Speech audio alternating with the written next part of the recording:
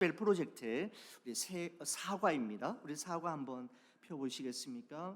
44페이지 여러분 한번 펴놓으시고요. 44페이지 펴놓으시고 우리가 함께 오늘 말씀 함께 나누도록 하겠습니다. 44페이지 가장 위쪽에 보시면 제목이 구원자 예수님이 붙잡히시다 이렇게 되어 있고요. 신학적 주제가 맨 그 제목 아래에 있는데 여러분 이렇게 되어 있죠. 하나님은 하나님의 아들이자 인자이신 예수님을 보내시어 우리의 죄를 심판받게 하셨습니다 라고 되어 있습니다. 여러분 이 주제에 대해서 오늘 본문의 내용들을 우리가 구체적으로 좀 더 살펴볼 터인데, 여러분 오늘 공부하게 될 이 사과의 전체 내용을 아주 일목요연하게 잘 정리해 놓은 문단이 있습니다. 여러분 교재 45페이지 한번 보시면 맨 위쪽에 질문이 있고요. 그 아래쪽에 보시면은 하나님의 아들이자 인자이신 예수님은 이라고 하는 여러분 그 부분 찾으셨습니까? 제가 거기 한번 읽어보도록 하겠습니다. 45페이지 맨 위쪽 질문 아래입니다. 하나님의 아들이자 인자이신 예수님은 믿는 자들에게 영생을 주기 위해 하나님 아버지께 순종하셔서 고난과 진노의 잔을 마시기로 결정하셨습니다. 예수님은 배반당하시고 거짓 고발과 조롱과 학대와 죽음을 견디셔야 함에도 불구하고 하나님 아버지께서 예언하신 계획을 받아들이셨고 약속하신 메시아 세상의 구원자로서의 사명을 성취하셨습니다 라고 말씀하고 있습니다. 자, 이 내용들에 대해서 우리 세 가지 핵심 포인트를 중심으로 해서 바로 본문으로 들어가서 본문의 내용을 한번 살펴보도록 하겠습니다. 그 아래쪽에 보시면은 첫 번째 핵심 포인트가 나오죠. 이렇게 되어 있습니다. 예수님은 고난과 진노의 잔을 마시기로 결정하셨습니다 라고 하면서 오늘 여러분과 함께 읽으셨던 마태복음 26장 36절에서 46절의 본문이 그와 같은 내용을 지지하고 있습니다. 제자들과 함께 마지막 성만찬을 마치시고 제자들의 발을 직접 씻겨주셨던 예수님께서는 이제 그 제자들을 데리시고 겟세마네 동산으로 올라가셨습니다. 자, 여러분 오늘 이 본문의 말씀은 그 겟세마네 동산에서 있었던 사건을 중심으로 시작이 되어지는데 36절 37절에 이런 말씀으로 시작이 되죠. 이에 예수께서 제자들과 함께 겟세마네라 하는 곳에 이르러 제자들에게 이르시되 내가 저기 가서 기도할 동안에 너희는 여기 앉아 있으라 하시고 베드로와 세베대의 두 아들을 데리고 가실새 고민하고 슬퍼하사라고 말씀하고 있습니다. 예수님의 12 제자를 데리시고 겟세마네 동산에 올라가셨고 그 중에서도 베드로와 세베대의 두 아들 즉 야고보와 요한 특별히 세 제자를 데리시고 좀 더 깊은 곳으로 가셨습니다. 여러분 예수님께서 십자가를 지시기 전 마지막으로 기도하셨던 곳을 마태복음과 누가복음은 겟세마네라고 표현하고 있고 동일한 사건을 기록하고 있는 누가복음에서는 감람산이라고 말씀하고 있는데, 여러분 겟세마네 동산은 감람산의 한쪽 자락에 위치한 작은 동산이었습니다. 여러분 이 겟세마네라고 하는 단어의 의미가 기름을 짜는 틀이라고 하는 뜻을 가지고 있는데, 예수님께서는 그날 밤 겟세마네 즉 기름을 짜는 틀에서 올리브 기름을 짜내듯이 이 세상에서 가장 간절한 기도를 하나님 앞에 올려드렸습니다. 여러분 이때 예수님께서 하나님 앞에 올려드렸던 그 기도하시는 모습을 좀 더 상세하게 기록하고 있는 복음서가 있는데, 의사 출신이었던 누가는 예수님이 기도하시는 그 모습을 이렇게 표현하고 있습니다.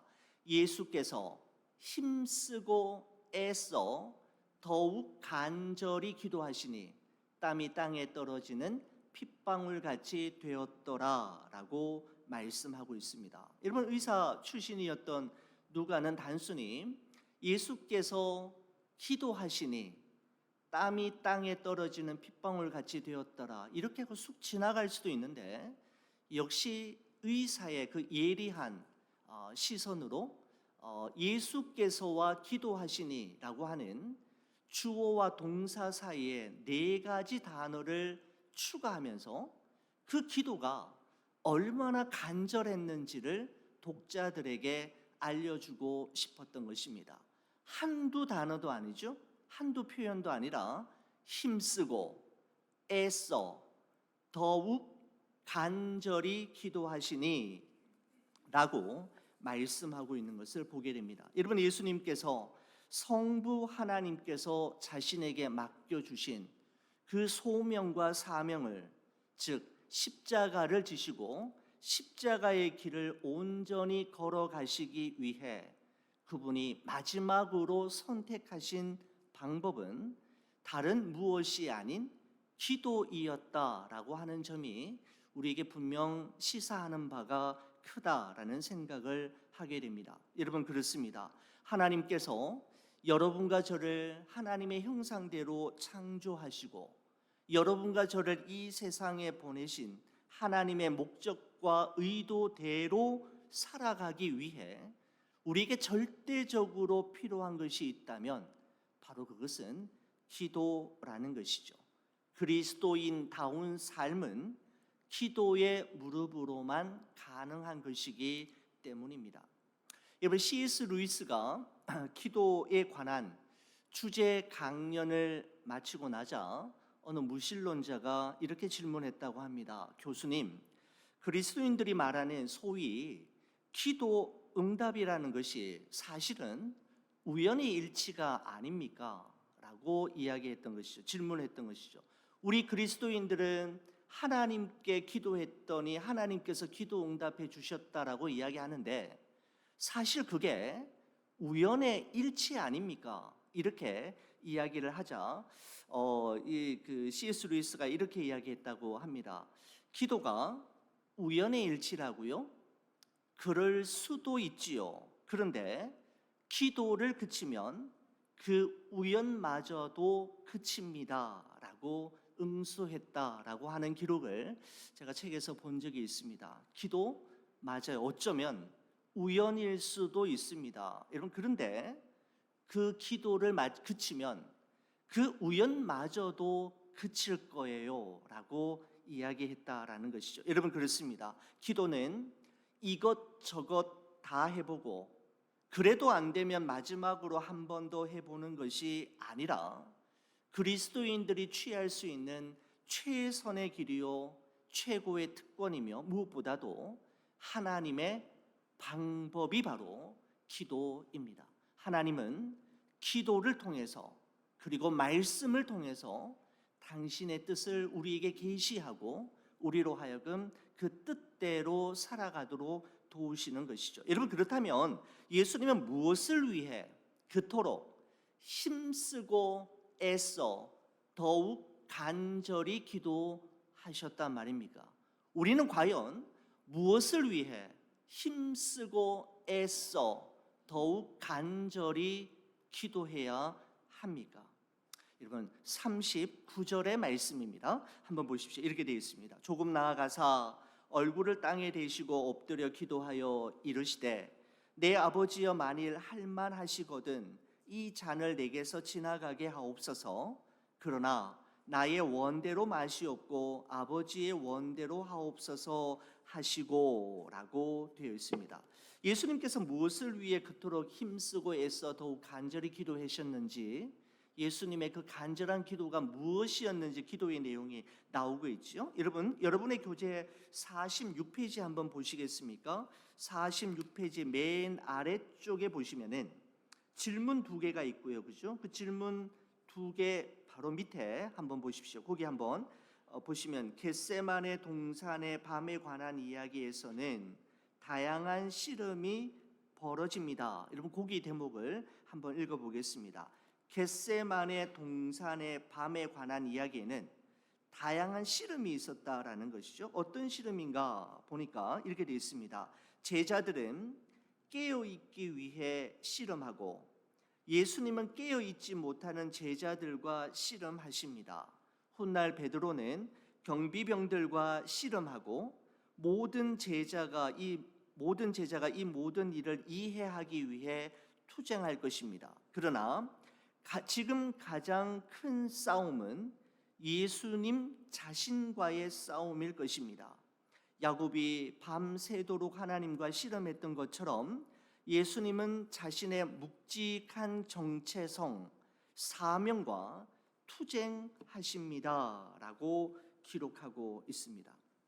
여러분, 오늘 이 본문의 지은이는 이렇게 이야기하고 있죠. 그날 겟세마네 동산에서 여러 가지 종류의 씨름과 싸움이 있었는데 가장 치열한 씨름, 가장 치열한 싸움은 예수님 자신과의 싸움이었다라고 말씀하고 있는 것이죠. 즉, 예수님께서 자기 자신과의 싸움에서 승리할 수 있었던 비결을 오늘 이 본문이 이 말씀이 이야기하고 있는데, 그러면서 그것은 바로 기도였음을 말씀하고 있습니다. 겟세마네 동산에서 가장 치열한 싸움은 예수님 자신과의 싸움, 씨름이었고, 그리고 그 싸움에서 이기기 위해 예수님께서 취하신 방법 또한 기도이었음을 말씀하고 있는 것이죠. 여러분, 기도는 내 뜻과 내 원함을 끝까지 고집하고 주장함으로써 하나님을 설득시키는 것이 아니라 하나님의 뜻과 하나님의 원함에 나의 뜻과 나의 원함이 설득되어져서 하나님의 손에 나의 삶을 온전히 맡겨드리는 것이 진정한 기도라고 말씀드릴 수 있는 것이죠. 여러분, 예수님의 기도를 한번 보십시오. 예수님의 기도는 내 아버지여 만일 할만하시거든 이 잔을 내게서 지나가게 하옵소서라고 하는 기도로 시작되어서, 그러나 나의 원대로 마시옵고 아버지의 원대로 하옵소서라고 하는 기도로 마치는 것을 볼 수가 있습니다.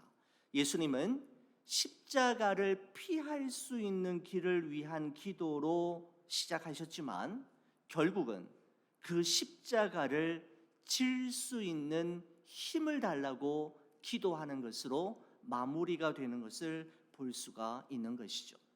저는 그래서 예수님의 이 기도가 오늘 말씀을 준비하면서 참 좋았고 또 다른 의미로 저에게 다가왔습니다. 여러분, 저도 목회를 하면서 처음에는 하나님 피할 길을 주시기를 위해서 기도한 적도 많고 아무 일 없이 그냥 지나가기를 위해서 기도한 날도 참으로 많았는데, 예수님이 기도를 묵상하면서 이제는 어떤 일이 있어도 감당할 수 있는 길을 달라고 하나님께 기도하게 되었고, 피할 수 있는 길이 아니라 끝까지 질 수 있는 길을 가르쳐 주시기를 위해서 기도해야겠다라는 생각이 들었습니다.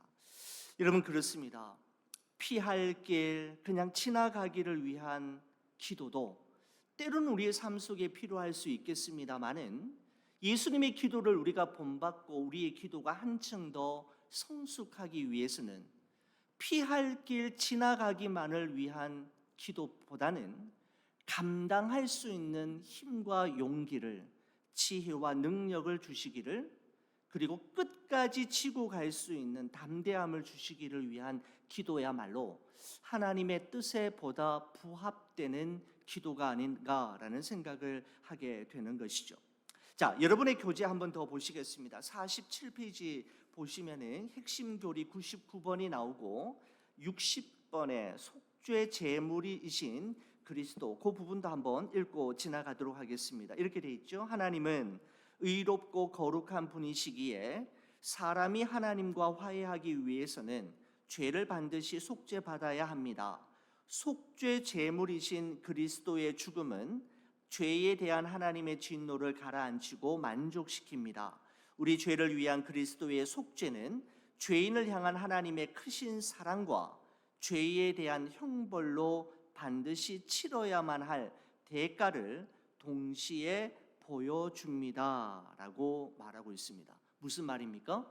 하나님의 사랑과 공의가 동시에 나타난 곳이 바로 십자가 위이었음을 말씀하고 있는 것이죠. 바로 예수 그리스도의 속죄 사건은 죄인을 향한 하나님의 크신 사랑과 죄에 대한 형벌이 동시에 치루어진 사건임을 말씀하고 있는 것입니다. 사랑하는 우리 교우 여러분, 예수님께서 자기 앞에 놓인 십자가를 감당하시고 십자가의 길을 끝까지 걸어가시기 위해 택하신 방법이 기도이었듯이 그리스도인답게 살아가기 위해서 우리 자신의 한계와 마지노선을 넘어서기 위해 늘 하나님께 기도의 무릎을 꿇는 여러분과 제가 되기를 주의 이름으로 간절히 축원을 드립니다. 우리 두 번째 핵심 포인트로 넘어가겠습니다. 예수님은 성경에 예언된 하나님 아버지의 계획을 따르셨습니다라고 말씀하고 있는데 마태복음 26장 47절에서 56절까지의 말씀입니다. 우리가 함께 읽으면 좋겠는데 우리 시간 관계상 중요한 구절만 읽어가면서 본문의 내용을 좀 더 다루도록 하겠습니다. 자, 47절 말씀 한번 보시겠습니까? 47절 말씀입니다. 말씀하실 때에 12 중에 하나인 유다가, 즉 가룟 유다를 이야기합니다. 유다가 왔는데 대제사장과 백성들의 장로들에게서 파송된 큰 무리가 칼과 몽치를 가지고 그와 함께 하였더라라고 말씀하고 있습니다. 여러분, 그냥 넘어갈 수 있는 구절일 수 있지만 저는 그 표현 가운데 이 표현이 참 마음에 제 눈에 들어왔습니다. 말씀하실 때에 12 중에 하나인 유다라고 하는 이 표현 말입니다.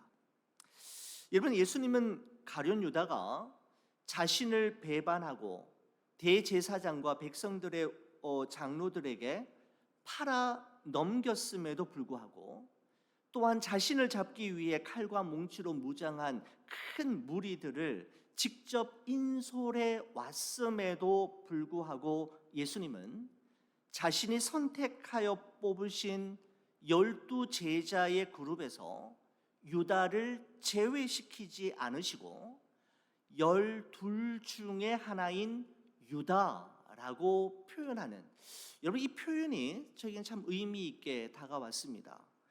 예수님을 배반하고 대제사장과 백성들의 장로들에게 유다가 예수님을 팔아 넘겼음에도 불구하고 그리고 자신을 잡기 위해 칼과 몽치로 무장한 그 큰 무리들, 성전 경비대인데 이 대원들을, 경비병들을 인솔해 왔음에도 불구하고 예수님은 여전히 유다를 12 제자의 밖에 배치한 것이 아니라 12 제자 12 중에 하나인 유다로 여전히 유다를 향한 예수님의 기대와 마음이 아직도 접혀지지 않았다라고 하는 말씀입니다. 여러분, 저는 이 말씀을 보면서 예수님께서 요한복음 13장 1절에 했던 말씀이 생각이 났습니다.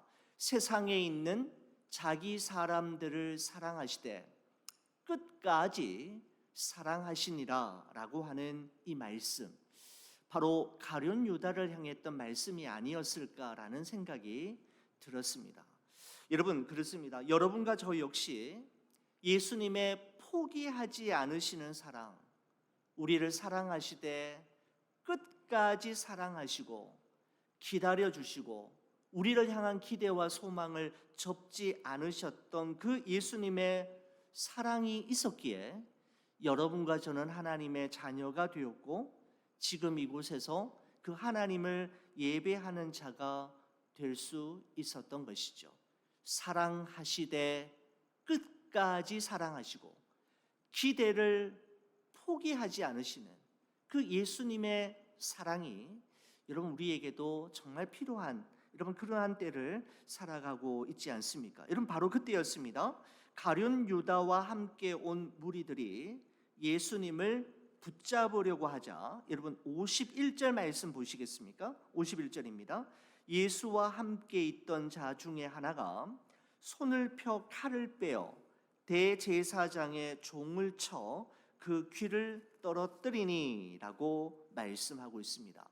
여러분 동일한 사건을 기록하고 있는 요한복음 18장의 도움을 빌리자면 예수님과 함께 있던 자 중에 하나, 그가 누구인지 요한복음 18장은 구체적으로 밝히고 있는데 바로 베드로이었습니다. 여러분 그리고 베드로가 휘두른 칼에 귀가 떨어져 나간 그 사람은 대제사장의 종 말고이었다라고 요한복음 18장은 우리에게 구체적으로 말씀하고 있습니다.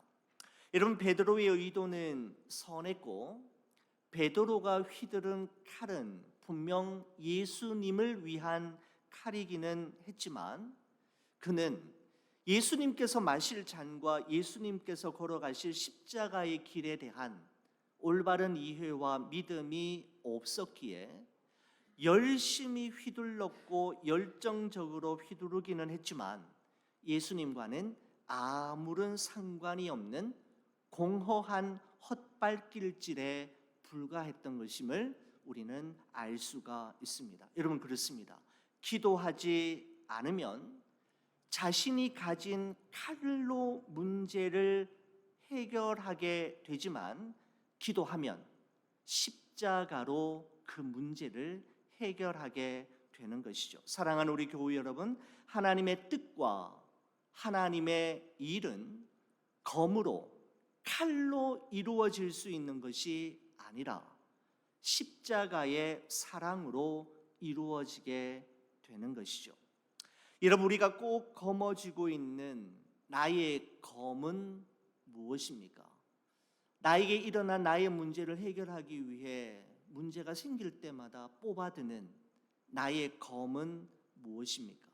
나의 방식, 나의 뜻, 나의 바램, 나의 원함을 주님 앞에 내려놓고 주님의 십자가, 즉 주님의 바라심과 원하심을 꼭 붙들 때 바로 하나님의 뜻은 비로소 이루어지게 되는 것이죠. 여러분 그러면서 마태복음은 아주 의미심장한 말씀을 우리에게 전해주고 있는데 53절 54절 말씀 한번 보시겠습니까? 이렇게 기록합니다. 너는 내가 내 아버지께 구하여 지금 12군단 더 되는 천사를 보내시게 할 수 없는 줄로 아느냐? 내가 만일 그렇게 하면 이런 일이 있으리라 한 성경이 어떻게 이루어지겠느냐 하시더라 라고 말씀합니다. 여러분 또한 56절 말씀 한번 보시겠습니다. 그러나 이렇게 된 것은 다 선지자들의 글을 이루려 하심이니라 하시더라. 이에 제자들이 다 예수를 버리고 도망하니라 라고 말씀하고 있습니다. 여러분 이 말씀의 의미가 무슨 말인가 하면 그날 밤 겟세마네 동산에서 일어난 모든 사건들은 이미 선지자들을 통해 이미 예언된 것이었고 예수님의 모든 반응은 결국은 성경이 이미 예언한 것을 이루기 위함이었음을 말씀하고 있는 것이죠. 자, 여러분 교재 49페이지 한번 보시겠습니다. 49페이지 보시게 되면 거기 블랙박스가 있고요. 잔 웨슬리의 글이 있는데 그거는 여러분 한번 보시면 좋겠고요. 그 바로 옆에 보면 경비병들이 예수님을 붙잡았습니다. 여러분 거기 보시겠습니까? 거기부터 제가 한번 읽어보겠습니다. 이 말씀의 의미가 무엇인지 한번 구체적으로 잘 설명하고 있는데요. 제가 한번 읽어보죠. 경비병들이 예수님을 붙잡았습니다. 하지만 누구도 예수님의 생명을 빼앗아 갈 수는 없었습니다. 주님은 이전에 이미 그것을 분명히 말씀하셨습니다. 만약 빠져나가길 원하셨다면 무리 가운데로 지나가실 수 있었습니다. 예수님이 말입니다. 그죠? 싸우길 원하셨다면 12군단도 더 되는 천사들을 불러오실 수 있었습니다. 폭풍을 잠재우실 수 있고 물 위로 걸으실 수 있으며 사탄을 잠잠케 하실 수 있는 분이니 무리도 통제하실 수 있었습니다. 그러나 예수님은 번개나 불로 다스리시기보다는 자제력을 발휘하셨습니다. 이 위기의 순간에 어떤 후퇴나 반란이나 구조도 없을 것입니다. 예수님은 성경이 예언했던 것을 받아들이기로 굳게 결심하셨습니다. 그날 밤에 일어난 모든 일은 예언된 것이었습니다 라고 말씀하고 있는 것이죠. 그날 밤 겟세마네 동산에서 일어났던 모든 사건들, 그리고 예수님의 모든 액션과 모든 반응들은 결국은 성경이 기록한 것을 이루시기 위한 모든 것이었음을 말씀하고 있는 것이죠. 여러분, 우리가 가스펠 프로젝트 2과를 공부하면서도 우리가 함께 잠깐 다루었지 않습니까? 예수님께서 걸어서 도보로 예루살렘으로 들어가실 수도 있으셨고, 굳이 말이 아닌, 그죠?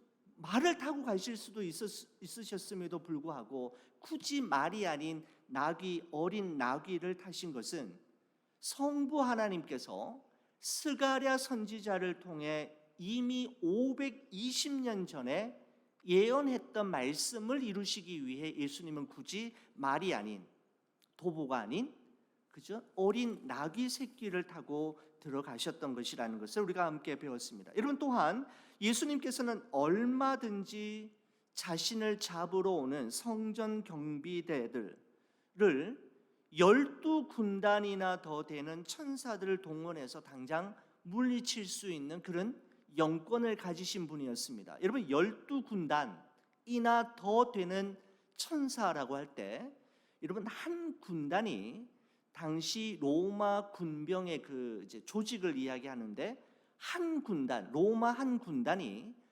6,000명의 로마 군병이 한 군단이었습니다. 그러니까 12군단이라고 하면 72,000명이 12군단이 되는 것이죠.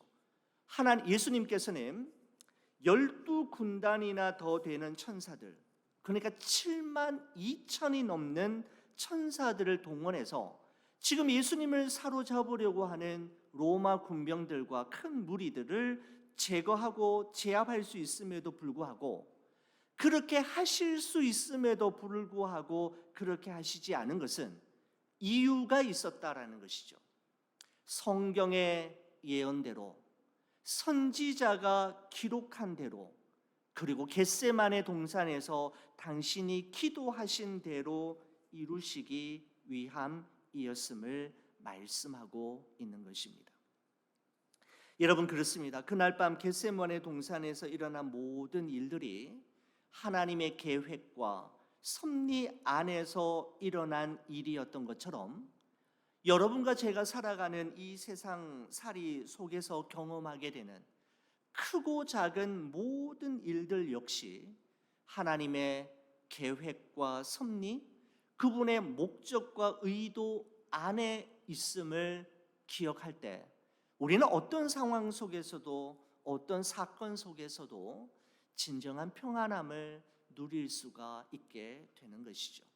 하나님에게 다 계획이 있으실 거야, 하나님에게 생각이 있으시겠지 라고 하며 하나님께 맡길 때 우리는 진정한 평안함을 누릴 수가 있는 것이죠. 여러분, 56절에 보시면 맨 마지막에 이런 표현으로 마무리되는 것을 보게 됩니다. 이에 제자들이 다 예수를 버리고 도망하니라.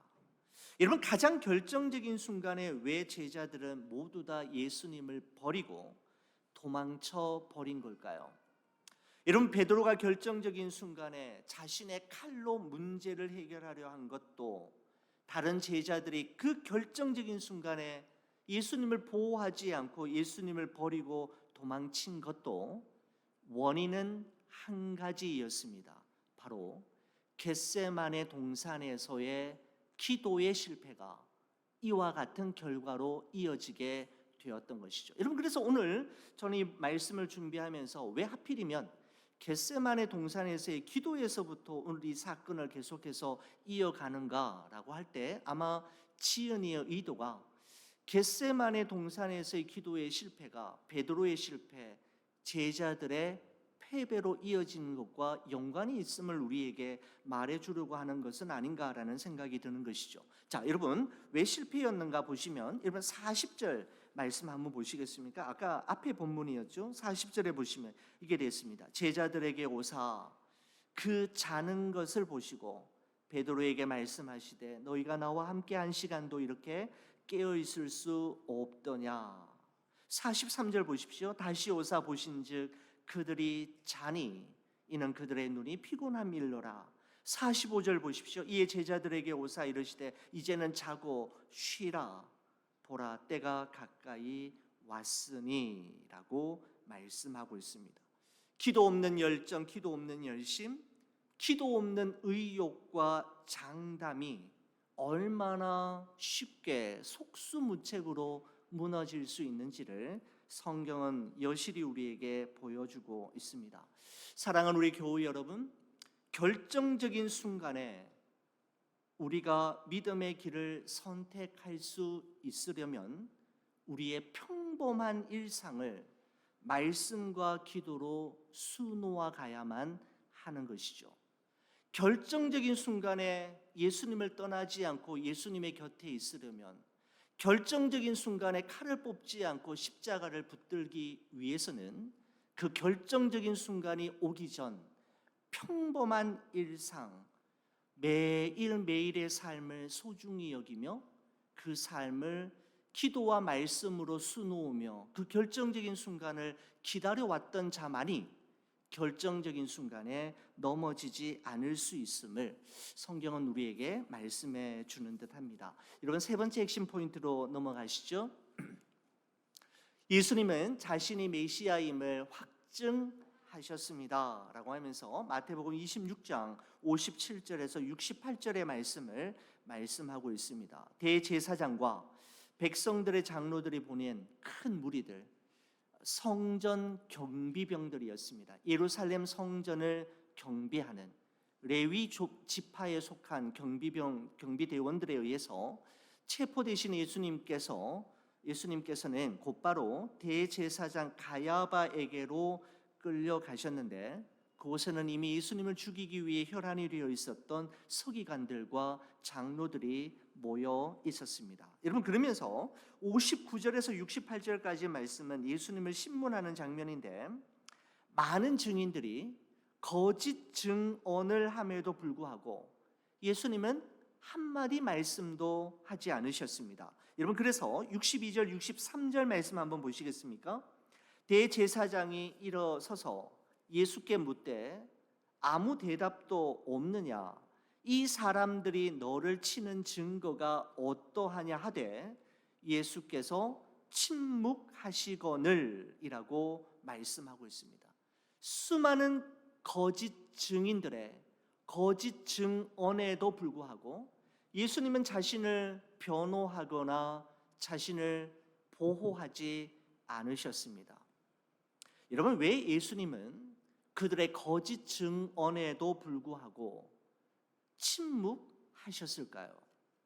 여러분, 예수님의 이 침묵 또한 사실은 성경의 예언을 이루시기 위함이었습니다. 이사야서 53장에 왜 예수님이 침묵하셨는지에 대해서 이렇게 이야기하고 있습니다. 침묵하실 것에 대해서 예언하고 있는데 이렇게 말씀합니다. 그가 곤욕을 당하여 괴로울 때에도 그의 입을 열지 아니하였으며 마치 도수장으로 끌려가 어린 양과 털 깎는 자 앞에서 잠잠한 양같이 그의 입을 열지 아니하였도다.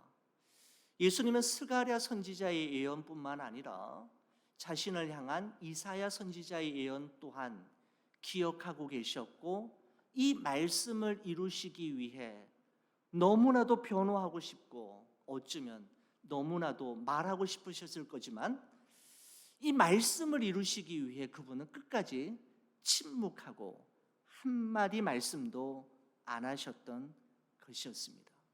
저는 이런 모습이 너무너무 감동이 됩니다. 얼마든지 말할 수 있고 얼마든지 말로 배나 갚아줄 수 있음에도 불구하고 예수님은 침묵하셨는데 침묵의 이유가 다른 데 있는 것이 아니라 하나님의 말씀이 그렇게 말씀하셨고 요구하셨고 그 말씀을 이루시기 위해 예수님은 입을 열지 않으셨다라고 하는 것이죠.